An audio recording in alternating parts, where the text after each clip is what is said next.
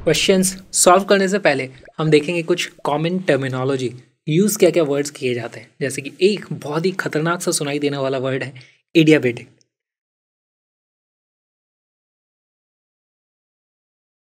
Adiabatic का मतलब क्या होता है? एडियाबेटिक मतलब जहाँ से कोई कंडक्शन ना हो सके। तो हम मोस्टली ऐसा सुनेंगे कि एडियाबेटिक वॉल्स हैं। एडियाबेटिक वॉल का एक एग्जांपल लेते हैं। मान लो हमारे पास इस तरीके से एक चेम्बर है, इसके अंदर मान लो कोई सी गैस इस तरीके से ट्रैप्ड है और यहाँ पर लिखा हुआ है कि इसकी वॉल्स एडियाबेटिक हैं। एडियाबेटिक वॉल्स, इसका मतलब क्या होता है कि यहाँ पर कोई भी हीट ट्रांसफ़र नहीं हो सकता। यहाँ से कोई हीट ना अंदर आ सकती है, ना यहाँ से कोई हीट एनर्जी की फॉर्म वापस बाहर आ सकती है। तो इसको हम लिख देते हैं नॉन कंडक्टिंग वॉल्स हो जाती है, नॉन कंडक्टिंग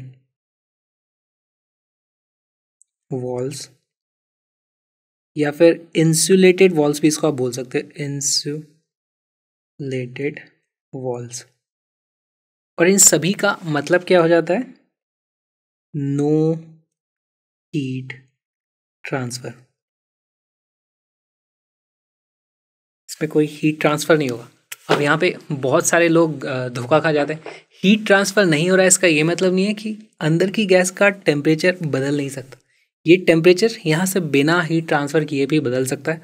मान लो यहाँ पे अंदर से कहीं मैंने बॉम्ब रखा हुआ तो वो फटेगा, तो यहाँ पर हीट ट्रांसफ़र वॉल से नहीं हुआ, लेकिन अंदर का टेम्परेचर बढ़ सकता है। या फिर मान लो हमारे पास इस तरीके का पिस्टन है जिसकी सभी वॉल्स एडियाबेटिक है, पिस्टन भी एडियाबेटिक है, लेकिन अगर मैं इसको कंप्रेस कर दूँ तो हो सकता है उसका टेम्परेचर बढ़ जाए। तो बहुत सारे तरीके के हो सकते हैं, तो इसीलिए टेम्परेचर पे हम कमेंट नहीं कर सकते। तो दूसरी तरह की वॉल्स कैसी होंगी? ये तो एडियाबेटिक वॉल्स हो गई। दूसरी हो जाएंगी वॉल्स जिसमें हीट ट्रांसफ़र हो सकता है, उनको हम बोलते हैं कंडक्टिंग वॉल्स। तो इस चीज़ को भी हम लिख लेंगे, कंडक्टिंग वॉल्स। जैसा कि नाम से पता चल रहा है यहाँ पर हीट ट्रांसफ़र होता है, ट्रांसफ़र इज पॉसिबल। लेकिन एक और तरह की आपको कंडक्टिंग वॉल्स के बारे में पढ़ने को मिलेगा जिसको हम बोलते हैं डायथर्मिक सेपरेटर या डायथर्मिक वॉल्स। तो इस चीज़ को भी लिख लेते हैं, डायथर्मिक वॉल्स, या फिर कई बार सेपरेटर भी लिखा जाता है ऐसे, या फिर सेपरेटर। सेपरेटर क्या हुआ? यहाँ पर इस तरीके से एक सेपरेटर लगा दो, लेकिन वो डायथर्मिक हुआ तो वहाँ पर भी हीट ट्रांसफ़र होता है, यहाँ पर भी हीट ट्रांसफ़र पॉसिबल है, लेकिन ये स्लो होता है। बस इस चीज़ का आप ध्यान रखें। अब स्लो और फास्ट की वजह से क्या डिफरेंस आता है तो जब उस तरह के क्वेश्चंस आएंगे हम उसको तभी समझेंगे। अभी हम सिर्फ टर्मिनोलॉजी देख रहे हैं, क्या क्या वर्ड्स हमें याद रखने हैं। डायथर्मिक सेपरेटर या डायथर्मिक वॉल्स में हीट ट्रांसफ़र होता है, काफ़ी धीरे होता है, इसमें काफ़ी अच्छा खासा फास्ट हीट ट्रांसफ़र हो जाता है। नेक्स्ट इज मूविंग पिस्टन, या फिर से मूवेबल पिस्टन भी आप बोल सकते हो। जैसे हमें यहाँ पर एक पिस्टन दिखाई दे रहा है, ओके, तो आप इसको मूव करा सकते हो। इस तरीके से अंदर आ जाएगा या फिर इस तरीके से बाहर आएगा। उसके हिसाब से अंदर जो एनक्लोज्ड गैस है या फिर ट्रैप्ड गैस है उसका वॉल्यूम कम या ज़्यादा होगा, उसके कारण उसका प्रेशर या टेम्परेचर में क्या चेंजेस आएंगे, वो सब चीज़ें भी हम सीख लेंगे। आज मेरी पेंसिल टूट के ही मानेगी। मूवेबल पिस्टन में हमें और एक चीज़ देखनी पड़ेगी। देखो, जब भी पिस्टन होता है तो अभी फ्री टू मूव है, इधर या इधर जा सकता है, लेकिन अगर वो नहीं जा रहा है तो इसका मतलब क्या है? उसके दोनों तरफ से फोर्सेस बराबर होंगे। एक भी तरफ फोर्स ज़्यादा हो जाएगा तो दूसरी तरफ निकल सकता है। और इसके दोनों तरफ का जो फोर्स होगा वो हम कैसे पता कर सकते हैं? वो यहाँ पर जितना प्रेशर है, प्रेशर मल्टीप्लाइड बाई एरिया, वही हो जाता है इस तरफ फोर्स। तो हमें ये चीज़ कहीं ना कहीं लिख लेनी चाहिए कि हमारे पास जो भी उसका एरिया है, हाँ, ये मान लो हमारा पिस्टन है, इसका एरिया है ए, इस तरफ हमारे पास जो फोर्स लगेगा, फोर्स, उसकी वैल्यू हो जाएगी P times A. Force is equal to pressure. Pressure कौन सा? यहाँ पे जो गैस है उसका प्रेशर होगा ये, इसकी वजह से इधर फोर्स लगेगा, इधर जो गैस होगी उसकी वजह से इधर फोर्स लगेगा, और दोनों फोर्स बराबर होंगे तो हम ये भी बोल सकते हैं कि यानी दोनों तरफ प्रेशर बराबर है। तो पिस्टन के दोनों तरफ प्रेशर बराबर होता है, लेकिन हमेशा ऐसा ज़रूरी नहीं है। हम पढ़ेंगे अभी कि यहाँ पर मान लो मैंने इस तरीके से एक स्प्रिंग लगा दी है, उस केस में दोनों तरफ फोर्स बराबर होगा, प्रेशर बराबर हो ऐसा ज़रूरी नहीं है। उस तरह के क्वेश्चंस भी हम सॉल्व करने वाले हैं। और एक चीज़ हम देख लेते हैं, क्वाजी स्टैटिक प्रोसेस, ये भी लिख देते हैं। प्रोसेस, क्वाजी स्टैटिक प्रोसेस वो प्रोसेस होते हैं जो इतने स्लो होते हैं, क्वाजी मतलब फॉल्स, तो वो फॉल्स स्टैटिक है, मतलब इतना स्लो है कि हमें लगता है कि वो स्टैटिक है, लेकिन वो एक्चुअली स्टैटिक नहीं है, इसीलिए क्वाजी लगा दिया है। तो so slow that it appears static, so slow that it appears static. यही कुछ टर्म्स थी जो हमें अभी समझनी थी। अब हम क्वेश्चंस करना स्टार्ट करते हैं।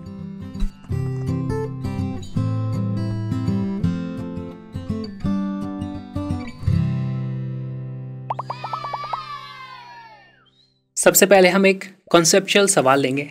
हमारे पास इस तरीके से एक चेम्बर है। चेम्बर तो क्या है, ये एक इसमें बीच में पिस्टन लगा हुआ है, तो ये पिस्टन इधर या इधर मूव कर सकता है। दोनों ही तरफ हमारे पास कुछ गैसेज हैं।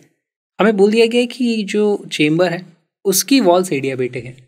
इसका मतलब क्या होगा, सबसे पहले तो इस चीज़ को समझो। एडियाबेटिक वॉल्स हैं, इसका मतलब no heat transfer, no heat transfer. No heat transfer, कौन सा हीट ट्रांसफ़र नहीं होगा? बाहर से अंदर या अंदर से बाहर, ये वाला हीट ट्रांसफ़र नहीं होगा। लेकिन ये वाला हीट ट्रांसफ़र हो सकता है डिपेंडिंग अपॉन कि हमारा पिस्टन किस मटेरियल का बना है। अच्छा, पिस्टन के साथ दो ही चीज़ें हो सकती हैं, या तो वो इस तरीके से उसमें हीट कंडक्शन हो सकता है या फिर नहीं हो सकता, या फिर वो खुद इधर या उधर मूव कर सकता है। तो उसको हम क्या बोलेंगे, मूवेबल पिस्टन, या फिर फिक्स्ड सेपरेटर या पार्टीशन, या फिर फिक्स्ड पिस्टन भी कई बार लोग बोल देते हैं। तो इस तरीके के कुछ केसेस बन सकते हैं, वो सभी केसेस को देख लेते हैं। देखो, हमारे पास पिस्टन है, वो या तो कंडक्टिंग हो सकता है या फिर नहीं हो सकता, या फिर मूवेबल हो सकता है या फिर नहीं हो सकता। हमारे पास इस तरफ गैस है, मान लो वो है P1, V1 and T1, pressure, volume and temperature. Gas 1 की हम बात कर रहे हैं, है ना, और इसकी N1 भी हो सकता है, यहाँ पर हमें नहीं पता। यहाँ पर हो जाएगा P2, V2, T2 and N2। PV is equal to nRT। ये तो आइडियल गैस इक्वेशन है, ये तो हमेशा ही वैलिड है। अब सबसे पहला केस देखते हैं। मान लो हमारा पिस्टन कंडक्टिंग है लेकिन मूवेबल नहीं है। कंडक्टिंग है मतलब यहाँ से यहाँ हीट ट्रांसफ़र हो सकती है, मूवेबल नहीं है, है ना। तो कंडक्टिंग है, इसका मतलब क्या हो जाएगा, इसमें से हीट ट्रांसफ़र क्यों होगा? अगर दोनों का टेम्परेचर अलग अलग होगा तो हीट ट्रांसफ़र हो जाएगा। कब तक होता रहेगा? जब तक कि टेम्परेचर दोनों का सेम ना हो जाए। तो इक्विलिब्रियम पर दोनों ही टेम्परेचर बराबर हो जाएंगे, ये हम यहाँ से कंक्लूड कर सकते हैं। यहाँ पर हम एक टेबल इस तरीके से बना लेंगे। इस केस में हम बोल सकते हैं कि T1 will be equal to T2। बाकी किसी पे हम कोई कमेंट नहीं कर सकते। दूसरा केस देखो, अगर हमारा पिस्टन अब की बार मूव कर सकता है लेकिन हीट कंडक्ट नहीं करेगा, तो उसको हम क्या बोलेंगे, इस पर हमारा पिस्टन मूवेबल है लेकिन कंडक्टिंग नहीं है। अच्छा देखो, उसमें से हीट ट्रांसफ़र नहीं हो सकता, तो हम T1 is equal to T2 ऐसा कुछ भी नहीं बोल सकते। लेकिन ये इधर उधर मूव हो सकता है। उसका मतलब क्या है, अगर इस तरफ गैस का प्रेशर ज़्यादा होगा, इधर से जो फोर्स लगेगा वो कितना हो जाएगा, P1 इंटू है, और इधर से प्रेशर कम रह गया तो इधर कितना फोर्स लगेगा, P2 इंटू है। अगर ये दोनों फोर्सेस बराबर नहीं हुए तो पिस्टन इस तरफ सरक जाएगा, क्योंकि वो सरक सकता है, वो मूवेबल है। तो वो पिस्टन इस तरीके से अपने आप को एडजस्ट करता रहेगा जब तक दोनों तरफ का फोर्स बराबर ना हो जाए। ठीक, तो इसीलिए अगर दोनों तरफ का फोर्स बराबर है तो इसका मतलब क्या हो जाएगा, P2A is equal to P1A। Force दोनों तरफ का बराबर हो गया। यहाँ से आप देखोगे इसका जो भी एरिया वो कैंसिल आउट हो जाता है और हमारे पास वैल्यू आ जाती है pressure of 1 is equal to pressure of 2, ऐसा हम बोल सकते हैं। तीसरा केस देखते हैं, जब हमारा ये पिस्टन कंडक्टिंग भी है और मूवेबल भी है, तब क्या हो जाएगा। तो आप आराम से यहाँ पर देख सकते हो, अब की बार हमारा T1 is equal to T2, conducting है तो दोनों तरफ का टेम्परेचर भी बराबर होगा, और क्योंकि वो मूव कर सकता है तो P1 is equal to P2 भी होना ही पड़ेगा। और चौथा और आखिरी केस, ना ही वो कंडक्ट करता है ना ही वो मूव कर सकता है। इस केस में क्या होगा बताओ? यहाँ से हम कोई कमेंट नहीं कर सकते। अगर हमारा पिस्टन यहाँ पर कंडक्ट भी नहीं कर रहा है, वो मूव भी नहीं हो सकता, तो ये तो एज गुड एज हमारे पास यहाँ बीच में एक वॉल है, ये अपना अलग गैस है, ये दूसरी अपनी अलग गैस है, दोनों को एक दूसरे से कोई लेना देना नहीं है, तो हम एक दूसरे इन दोनों के बीच में कोई कमेंट नहीं कर सकते। तो हम लिख देंगे यहाँ पर नो कमेंट्स। यही हमें समझना होता है।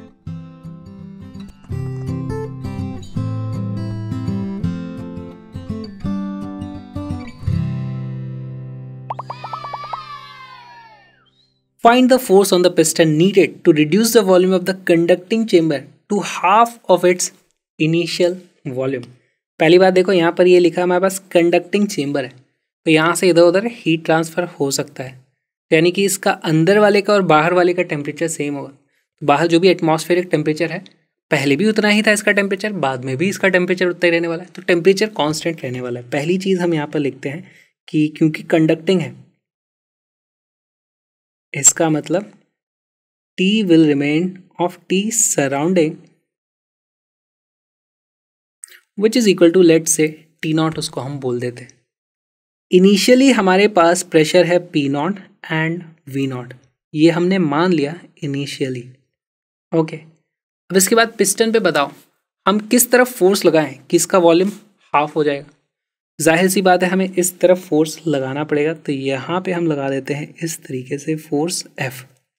फोर्स F लगाएंगे तो ये इस तरफ डिस्प्लेसमेंट इसका होने वाला है, यहाँ से ये इस तरफ डिस्प्लेसमेंट हो जाएगा, ठीक, डिस्प्लेसमेंट X। ऑलराइट, हमें क्या पता करना है? Find the force on the piston. Okay, तो अब देखो जब हमने इसको शिफ्ट करा दिया तो हमारा पिस्टन यहाँ पर आ चुका होगा इस तरीके से। अब इस पिस्टन की हालत देख के बताओ, इसके ऊपर फोर्सेस हम बैलेंस करने की कोशिश करते हैं। यहाँ से इस तरफ लग रहा था हमारे पास फोर्स F, जो हमें पता करना है। क्या इसके ऊपर बाकी फोर्सेस भी लग रहे हैं? सबसे पहली चीज़ तो यहाँ पर देखो इनका कुछ प्रेशर होगा। अगर इनिशियली अंदर वाली गैस का प्रेशर है P नॉट, तो जब फोर्स नहीं लग रहा था तो बाहर भी प्रेशर कितना होगा? P नॉट, क्योंकि वो इक्विलिब्रियम में नहीं, तो पिस्टन वहाँ रुकता ही नहीं, फटाक से बाहर निकल जाता है, राइट। यहाँ पर भी प्रेशर है P नॉट, तो हमने पिस्टन को अंदर सरकाया, उससे एटमॉस्फेरिक प्रेशर तो चेंज नहीं होगा, बाहर अभी भी प्रेशर है P नॉट। तो यहाँ पर और एक फोर्स इसके ऊपर लग रहा होगा प्रेशर के कारण, वो हो जाएगा P not times area of the piston. Piston का जो भी एरिया है ये हो जाएगा हमारा एरिया। कौन सा एरिया? क्रॉस सेक्शनल एरिया, ये वाला एरिया है ना। यहाँ साइड से देखोगे तो ऐसा सर्कुलर होगा, जो भी होगा। अंदर गैस का कुछ प्रेशर और हो चुका होगा, ठीक है, उसको मैं बोल देता हूँ P2। उसके कारण भी इस तरीके से फोर्स लग रहा होगा। ये हमें फोर्सेस बैलेंस होंगे तभी इक्विलिब्रियम में हो जाएगा। तो हमारे पास पहली इक्वेशन आ जाती है P2A will be equal to F plus P not A। This is equation number 1। अभी हम और एक चीज़ कर सकते हैं। क्या हमें P2 पता है?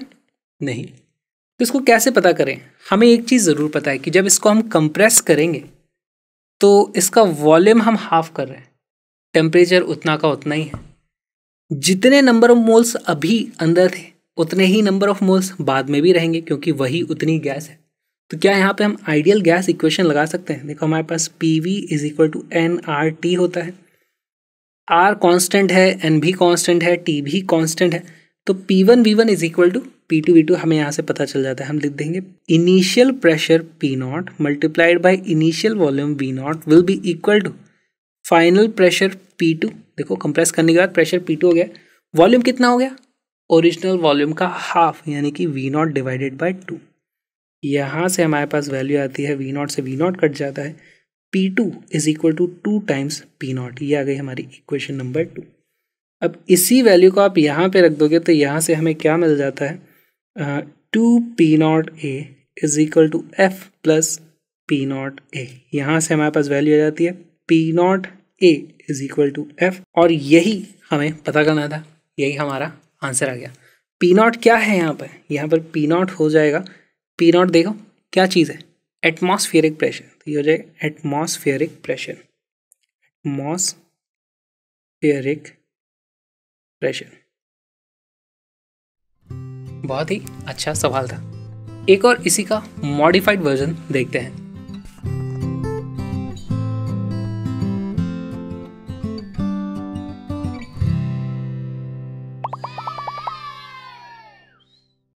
Find the displacement of the piston when the heater doubles the temperature of the gas।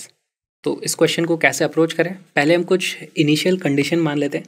मान लो हमारी जो गैस है वो थी पहले P0 पर, V0 पर और T0 पर। फिर हमने इसको गर्म करना शुरू किया।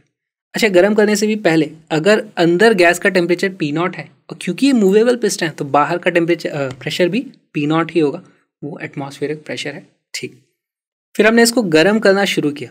एक बात बताओ, यहाँ पे कहीं मेंशन नहीं है कि ये जो वॉल्स हैं वो एडियाबेटिक हैं कि कंडक्टिंग वॉल्स हैं। थोड़ा दिमाग लगाओ, एडियाबेटिक होंगी या कंडक्टिंग होंगी।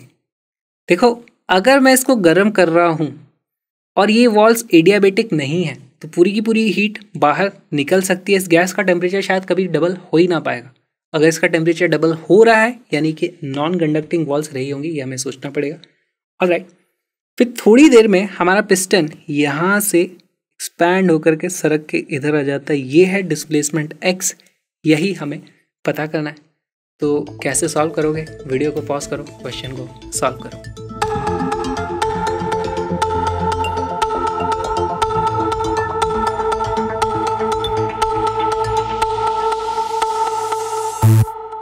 इसका आंसर आता है V0 upon A is equal to x। चलो देखते हैं कैसे हुआ।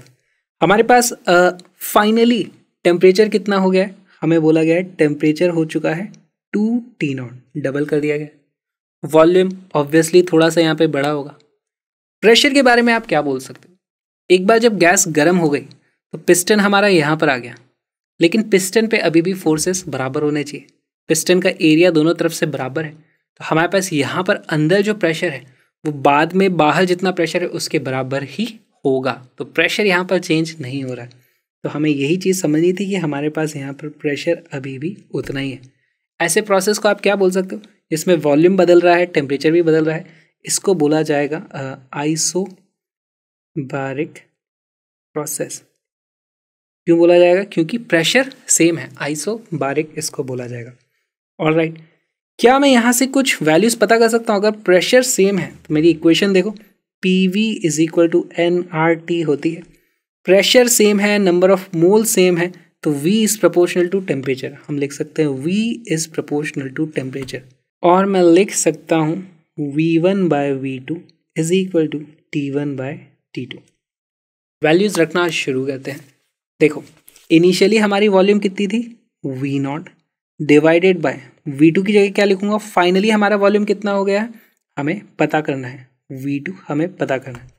इनिशियली हमारा टेम्परेचर कितना था? ये था T0। फाइनली हमारा टेम्परेचर बढ़ने के बाद कितना हो गया है? 2 टाइम्स T0।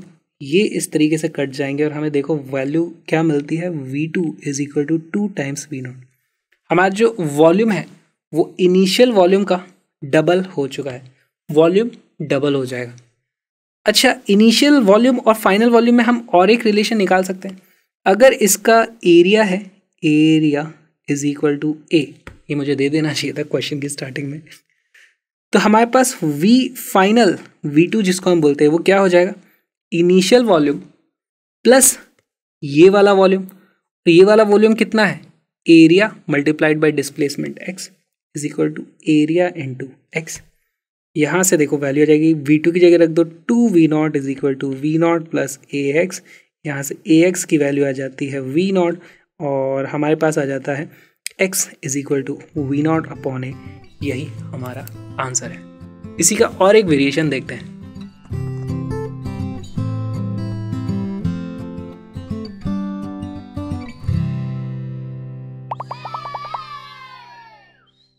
ये क्वेश्चन भी पिछले क्वेश्चन जैसा ही है। इसमें भी हमें find the displacement of the piston when the heater doubles the temperature of the gas. Exactly पहले वाले क्वेश्चन जैसा ही है, लेकिन यहाँ पर हमने एक चीज़ एक्स्ट्रा कर दिया कि स्प्रिंग लगा दिया है यहाँ पर।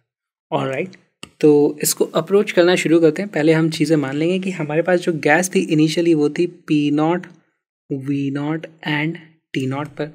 स्प्रिंग कांस्टेंट हमें K दिया हुआ होगा। यहाँ पर इसका area A is equal to area of cross section होना चाहिए। इसके बाद हम देखते हैं कि यहाँ से इसका डिस्प्लेसमेंट इस तरफ हो जाता है x। हमारे पिस्टन का इस तरीके से यहाँ पर हमारे पास पिस्टन आ जाता है। कैलकुलेशंस करना स्टार्ट करते हैं। देखो अगर वो एक्स मूव होने के बाद भी इक्विलिब्रियम पर है, इसका मतलब उसके ऊपर दोनों तरफ से फोर्सेस बराबर लग रहे हैं। दोनों तरफ से फोर्सेस कौन कौन से लग रहे होंगे? इनिशियली हमारे पास अंदर अगर प्रेशर था पी नॉट, बाहर का भी प्रेशर कितना रहा होगा? P not. हमें बोल दिया गया कि spring is in its natural condition initially, ऐसा है। तो यहाँ बाहर का जो प्रेशर है वो तो पी नॉट का पी नॉट ही है, बाद में भी वो प्रेशर पी नॉट ही रहेगा। पी नॉट के कारण यहाँ पर देखो इस तरफ जो फोर्स लगेगा वो कितना लगेगा? Pressure times area. P not a हमारे पास इस तरफ फोर्स एक लगने वाला है। क्या स्प्रिंग इसके ऊपर कुछ फोर्स लगाएगी? अगर स्प्रिंग को एक्स अमाउंट से आप इस तरीके से कंप्रेस कर दोगे तो वो इस तरफ फोर्स लगाएगी उसके ऊपर, वो फोर्स होगा इधर, उसकी वैल्यू हो जाएगी के एक्स, ठीक। और इस तरफ से जो फोर्स लग रहा होगा, अंदर गैस का जो प्रेशर है इस बार चेंज हो गया है। मान लो उस प्रेशर को मैं बोल देता हूँ P2, यहाँ पर P2 टाइम्स एरिया, ये फोर्स लग रहा होगा। सारे के सारे फोर्सेस लग चुके हैं, क्या यही फोर्सेस थे? साथ में ग्रेविटी का भी फोर्स होगा इसमें, लेकिन इधर नॉर्मल आ जाएगी, वो सब हमें कंसिडर करने की ज़रूरत नहीं। यहाँ से देखो हमारे पास पहली इक्वेशन आ जाती है P2A is equal to P0A plus K X. This is equation number 1। Force balance ये हमारे पास आया, कहाँ से आया? Force balance. सिचुएशन को और एनालाइज करते हैं। हमारे पास आइडियल गैस इक्वेशन क्या होती है? PV is equal to nRT। क्या हमारा इस केस में जो गैस है जिसकी हम बात करेंगे उसका प्रेशर चेंज हुआ है? ज़रूर हुआ है। पहले उसका P0 प्रेशर था, लेकिन अब स्प्रिंग के कारण भी फोर्स लग रहा है तो कुछ तो प्रेशर चेंज हुआ है। इस बार आइसोबैरिक प्रोसेस नहीं है पिछले केस की तरह, तो प्रेशर में चेंज हो गया। अगर ये इस तरफ गया है तो वॉल्यूम में तो डेफिनेटली चेंज हुआ है। बोला जा रहा है कि टेम्परेचर डबल हुआ है, तो टेम्परेचर में भी चेंज हुआ है। तो क्या चीज़ है जो चेंज नहीं हुई है?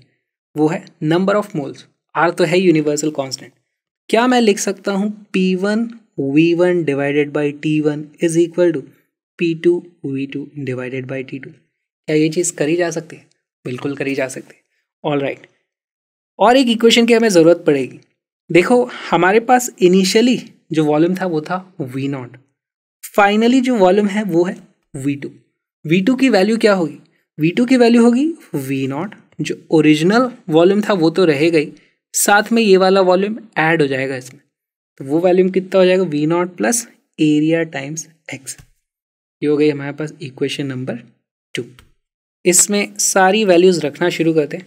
P1 की वैल्यू थी P0, V1 की वैल्यू थी V0 डिवाइडेड बाई टेम्परेचर था T0 is equal to P2 की वैल्यू कितनी हो गई? यहाँ से देखो P2 की वैल्यू कितनी हो जाती है? P2 is equal to P0 plus K x divided by A. ये हो गया हमारा प्रेशर टू P2 आ गया। V2 की वैल्यू कितनी है? V2 की वैल्यू हो जाती है V0 प्लस ए एक्स डिवाइडेड बाय T2 की वैल्यू कितनी है? T2 की वैल्यू क्वेश्चन में ही दी हुई है कि वो डबल कर दिया गया है, तो हो जाएगा 2 टाइम्स T0। क्या क्या चीज़ें कैंसिल आउट हो रही है उनको कर देते हैं। देखो T0 से ये T0 कैंसिल आउट हो गया। अब हमें इस इक्वेशन को सिंप्लीफाई करना है और हमारा आंसर हमें मिल जाएगा। देखो ये हो जाता है P0 V0 is equal to, ये हो जाएगा P0 V0 plus K x square plus x के कोफिशिएंट क्या आ जाएंगे? एक्स के कोफिशिएंट हो जाएगा V0 K upon A plus P0 ए। ये हो जाएगा plus V0 K upon A plus दूसरा वाला क्या आ रहा है? P0 ए एक्स, P0 ए ये टाइम्स एक्स। और इन सब के डिनोमिनेटर में हमारे पास 2 था, तो उसको मैं इस तरफ ले जाके मल्टीप्लाई कर देता हूँ। ये इस तरीके से आ गया। देखो यहाँ पे हमारे पास एक क्वाड्रेटिक इक्वेशन आ रही है के x square plus V0 K upon A plus P0 A times x minus P0 V0 is equal to 0। हमारे पास ये क्वाड्रेटिक इक्वेशन आ गई है जिसको आप सॉल्व करके x की वैल्यू पता कर सकते हो। जिस तरीके से न्यूमेरिकली आपको वैल्यूज़ दी गई होंगी, आसानी से कैलकुलेशंस हो जाएंगी। ध्यान रखने वाली क्या चीज़ है, हमने पिस्टन के ऊपर फोर्स बैलेंस करके एक इक्वेशन निकाली थी, फिर हमारा वॉल्यूम जो एक्सपैंड होता है उसके हिसाब से हमने दूसरी इक्वेशन निकाली, और हमने नंबर ऑफ मोल्स को कंजर्व करा दिया। यहाँ पे हमने N1 is equal to N2 किया है। बेसिकली उसको बोलते हैं कंजर्वेशन ऑफ नंबर ऑफ मोल। बहुत ही आसान था। और एक क्वेश्चन देखें।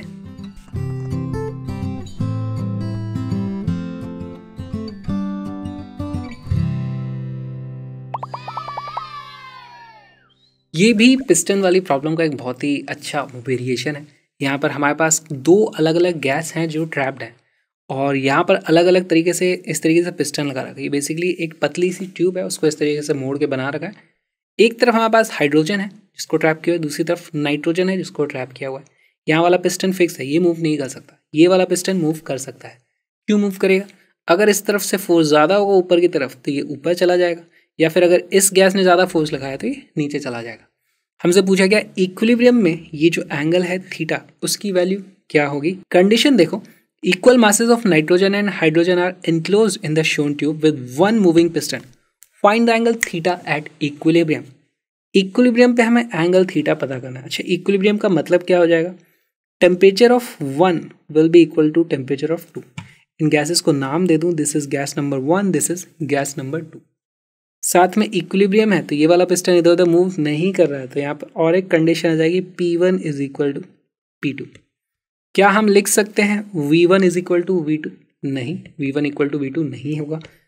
और हमारे पास N1 इक्वल टू N2 भी नहीं होगा। ये वाली गलती बिल्कुल मत करना है यहाँ पर, है ना। हमें क्या बोला गया? Equal masses of nitrogen and hydrogen are enclose. Mass equal है। बहुत ही अच्छा सवाल है। मास को पहले नंबर ऑफ मोल्स में कन्वर्ट करो और बताओ इसका आंसर क्या होगा।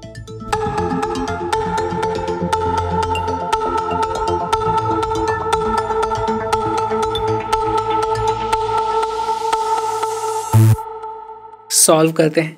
यहाँ पर number of moles is not equal to N2। इसका मतलब हम क्या चीज़ नहीं कर सकते, हम जो कर देते हैं P1 V1 upon T1 will not be equal to P2 V2 upon T2। लेकिन हम दूसरी चीज़ यहाँ पर करेंगे। हम क्या करेंगे? हम करेंगे P1 V1 upon N1 T1 will be equal to P2 V2 upon N2 T2। हमें ये चीज़ करनी पड़ेगी। क्यों? क्योंकि PV is equal to NRT होता है। इसमें N और T को आप इस तरफ ले आओ तो दोनों ही इक्वेशन में R बचेगा, और इसीलिए हमने R को इक्वेट कर दिया। ये हमेशा कांस्टेंट रहने वाला है किसी भी आइडियल गैस के लिए। यहाँ पर हम आइडियल गैस मान के चल रहे हैं इसलिए। ऑलराइट, अब देखो यहाँ पे हमें कुछ चीज़ें इक्विलिब्रियम पे दी हुई है। T1 is equal to T2, P1 is equal to P2। तो यहाँ से हमारी चीज़ें कट जाएंगी, प्रेशर्स कट गए, टेम्परेचर कट गए। हमारे पास वैल्यू क्या आती है? V1 upon N1 is equal to V2 upon N2। अब वॉल्यूम और नंबर ऑफ मोल्स यही पता करना बाकी। क्या कोई मुझे बता सकता है V1 यानी कि ये वाला वॉल्यूम कितना होगा? अच्छा, यहाँ पे हमें एक और चीज़ दी हुई है, बड़ा radius is much much larger than छोटा रेडियस। तो यहाँ पर जो हमारे पास वॉल्यूम ऑफ दिस ट्यूब होगा वो इसका cross section area multiplied by ये वाली लेंथ जिसको मैं बोल देता हूँ L1। तो V1 की जगह मैं लिख देता हूँ L1 into area of cross section. वो कितना हो जाएगा? Pi R square. Pi R square इसका एरिया हो गया छोटा सा, इज इक्वल टू V2 की वैल्यू कितनी है? वो हो जाएगी L2। ये वाली लेंथ है हमारी L2। L2 मल्टीप्लाइड बाई इसका क्रॉस सेक्शनल एरिया, वो हो जाता है पाई आर स्क्वायर। N1 की वैल्यू क्या आएगी? Number of moles of nitrogen. Number of moles of nitrogen, मान लो दोनों का जो बराबर बराबर मास लिया है वो था कैपिटल स्मॉल m, उसकी वैल्यू हम मान लेते हैं। तो नंबर ऑफ मोल्स हो जाएगा m divided by total mass divided by molar mass, उससे हमें नंबर ऑफ मोल्स मिलते हैं। मोलर मास, यहाँ पर मोलर मास कितना होता है? नाइट्रोजन के लिए मोलर मास कितना होता है? ये है N2। इसका मोलर मास होता है 28 ग्राम पर मोल। हम लिख देंगे 28 ग्राम पर मोल। लिखो मत लिखो, दोनों तरफ कैंसिल आउट हो जाएगा। हाइड्रोजन के N2 कैसे पता करोगे? अगेन इसका मास जो कि बराबर है डिवाइडेड बाय हाइड्रोजन का मोलर मास, वो कितना होता है? 2 ग्राम पर मोल। कितनी चीज़ें कैंसिल आउट हो गई? पाई आर स्क्वायर से पाई आर स्क्वायर कैंसिल हो गया, m से m कैंसिल हो गया, और ये हो गया हमारा 14। तो हमें पता चलता है L2 is equal to 14 times L1। ये हमारे पास इक्वेशन आ गई। बेसिकली हमारे पास एक्चुअली आंसर आ चुका है। हमें पता चल गया ये वाली जो लेंथ है वो इस लेंथ का 14 टाइम्स होने वाली है, तो ये एक्चुअली यहाँ पर कहीं आ जाएगा, बहुत ही छोटा सा होने वाला है नाइट्रोजन का कॉलम, हाइड्रोजन का कॉलम बहुत ज़्यादा होने वाला है। फिर भी कैलकुलेशन कर लेते हैं। हमारे पास L2 को हम लिख सकते हैं, L2 क्या चीज़ है, ये वाली लेंथ, ये हो जाएगी R टाइम्स थीटा, राइट, ये हो जाएगा R times theta is equal to 14 times L1 क्या है, ये हो जाएगा रेडियस R टाइम्स ये वाला एंगल कितना है 2 पाई माइनस थीटा, है ना, 2 pi minus theta times R। फिर से R से R इस तरीके से कैंसिल आउट हो जाएगा, हमारे पास आता है theta is equal to 28 pi minus 14 theta, या मैं लिख सकता हूँ theta is equal to 28 divided by 15 times pi, या फिर मैं इसको ये भी लिख सकता हूँ 14/15 टाइम्स 2 पाई। यही हमारा आंसर है। इस वीडियो में हमने सारे के सारे मूविंग पिस्टन वाले क्वेश्चन सॉल्व कर लिए, और इसी तरीके से आपको योलो सीरीज़ में सब कुछ एकदम डिटेल में मिलेगा। सिर्फ एक जगह पे आपको जाना है, तो उसके लिए चैनल को सब्सक्राइब करो, यूट्यूब पे सर्च करो क्रैशअप योलो जेई या फिर क्रैशअप योलो फिजिक्स, जो भी आपको सर्च करना है, सारे के सारे टॉपिक मिल जाएंगे एब्सोल्युटली फ्री में। लेकिन मुझे सपोर्ट करो यार, ताकि मैं ऐसे और भी वीडियोस बना के ला पाऊँ। इस QR कोड को आपको स्कैन करना है, या फिर क्रैशअप@UPI पे आप डायरेक्टली डोनेट कर सकते हो, और हम मिलेंगे योलो सीरीज़ में। पूरी की पूरी सीरीज़ ज़रूर देखना।